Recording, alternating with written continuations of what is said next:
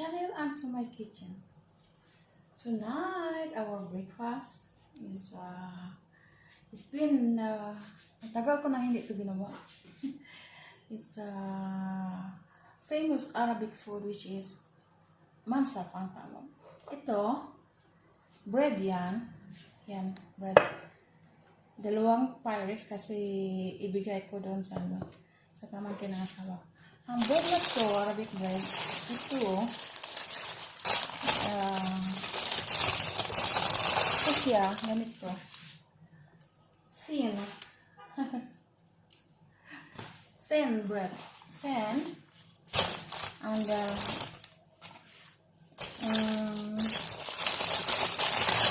yeah, manipis. Tapos ito, karne, ang nilagay karne. Ito na luto ko yung karne.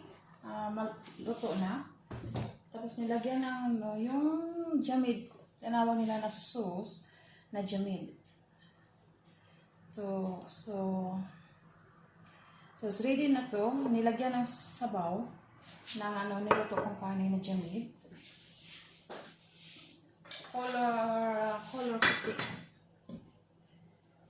Ito.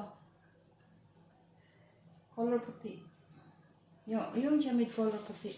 Hindi ko alam kung anong ginawa nila sa jamid. Tapos yung ito, bread soaked with the sauce, and then put the rice which is yellow. That's color. Nilagyan ng corcom. Ano ba yun sa atin? Cumin. No.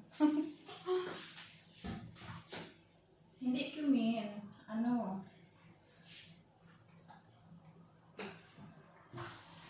Yung dilaw, turmeric. English turmeric. Ewan ko kung ano yun sa So, ito. Pag, na natin.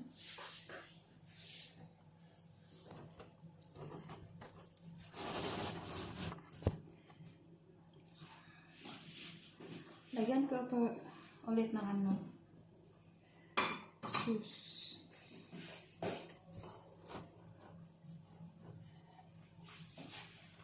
Mainit na sauce.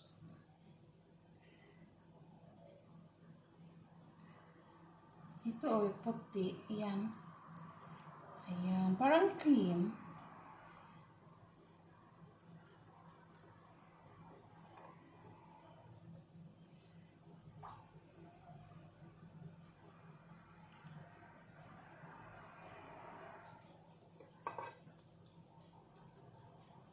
Ayan.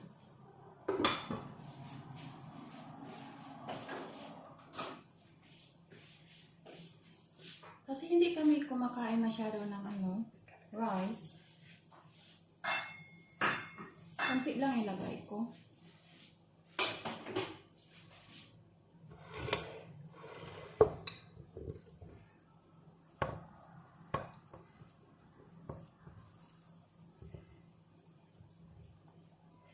Itong isang Pyrex na to, bigay namin sa pamangkin ni Captain. Pamangkin ng asawa ko.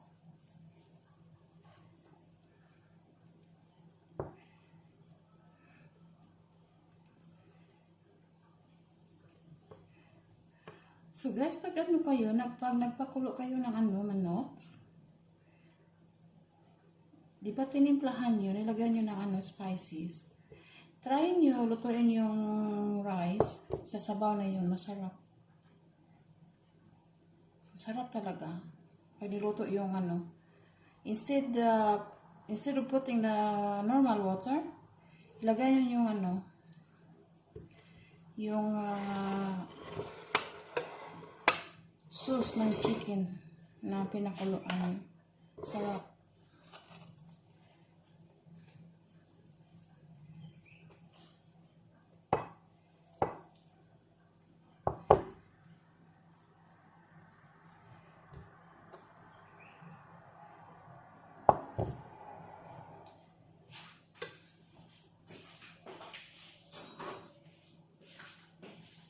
Ang tawag nito, famous dish nila ito, mansaf. First time ko magluto ng karne. Noon, yung lagi kami nag-invite ng tao, manok yung nilagay. Ginawa ko.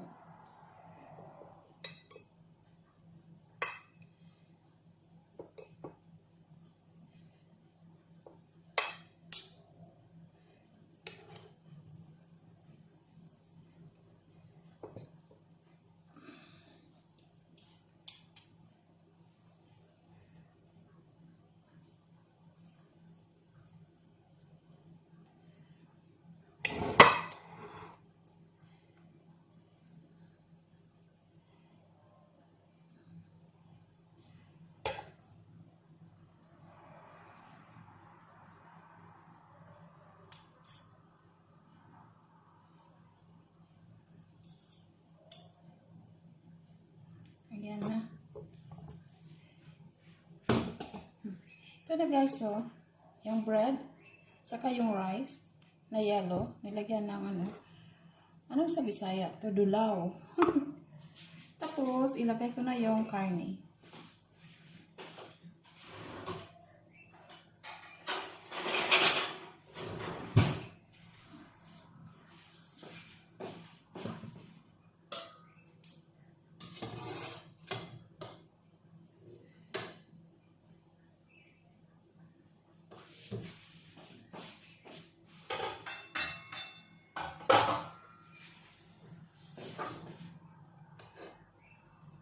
Dapat sana yung karne may buto. Yun sana. Pero kinuha ko na yung buto.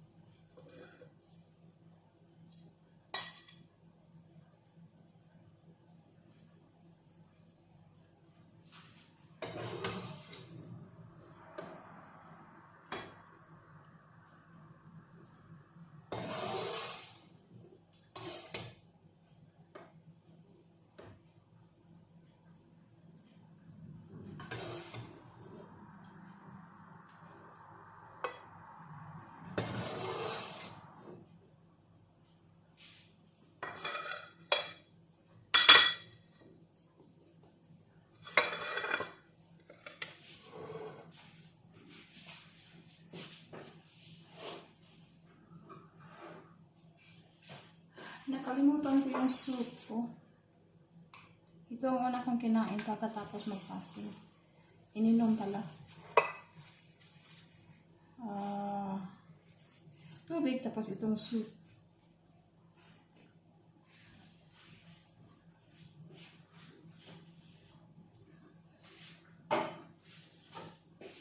Ayan na guys, looks yummy, isn't it?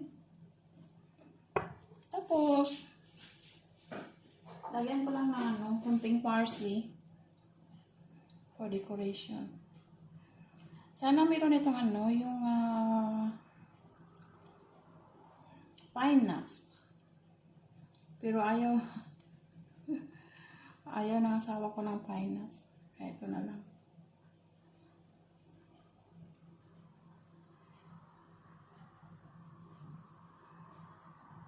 Parsley. To add a little bit color on it.